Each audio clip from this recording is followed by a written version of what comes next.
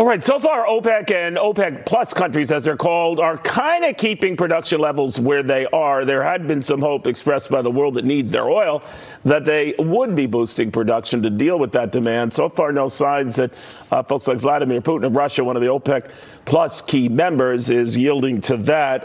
It's an odd position for the United States to be in. A year ago at this time, we produced so much of our own oil that we really didn't give a rat's patoot what they were doing. Different times right now. Daniel Turner is with the Power of the Future, the founder and CEO. It's an energy advocacy group, among other things. Daniel, it's a weird position for us now. We've grown into energy beggars. What do you make of that?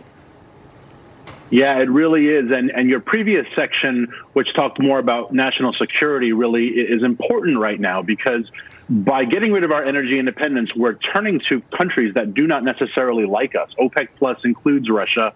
But the Saudis, we could question our friendship with them. Certainly Iran and Venezuela are not our friends. And so we've got an administration that is foregoing production in America, and they are asking countries that do not like us to increase their production.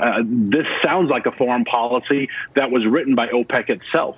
I still can't believe it, because I was open, I'm sure you were, Daniel, to some of these other possibilities they were looking at, like wind and solar, all of that.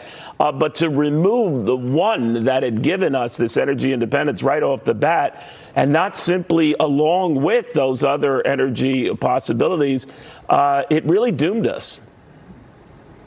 Yeah, and the people who are suffering the most from this are those folks in rural America who work in the energy space, right? As we are not allowing drilling in Alaska and New Mexico and Colorado and other places, people are losing their jobs. We see those numbers reflected in the employment numbers. And the price of all food is going up. The price of agriculture is going up. The price of manufactured goods is going up. So Americans are paying a really hefty price. And if OPEC does change their tune, they do start to increase, what are they going to do with the extra surplus funds, right? What is Iran going to do with more money? They're not going to empower women. They're not going to give gays the right to marry. They're probably going to fund terrorism in Israel, right? So we're asking countries who have really nefarious intentions to increase their profit margins. And we're telling Americans who just years ago were producing, as you just said, so much we were exporting to our allies. We're asking Americans to bear the brunt of this. Again, it's a foreign policy that is fundamentally, it's an energy policy that is fundamentally unpatriotic. You know, the one brokerage house, it might be Goldman, was looking at the possibility of $200 oil within the next year. You get just working out the math on that, you're talking $12 to $15 a gallon gas. Do you see that? I predicted $100 a barrel oil by Christmas time, yes, and I don't want my prediction to become true.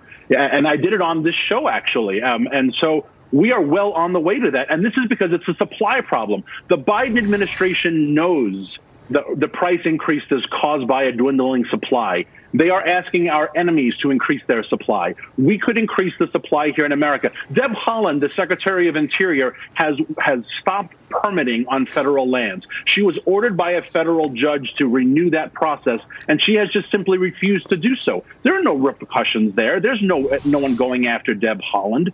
So we're asking ourselves, why are we punishing the American people and favoring our enemies? And we see that price reflected in our day-to-day living, gas, heating oil, electricity, and food prices. Americans are suffering.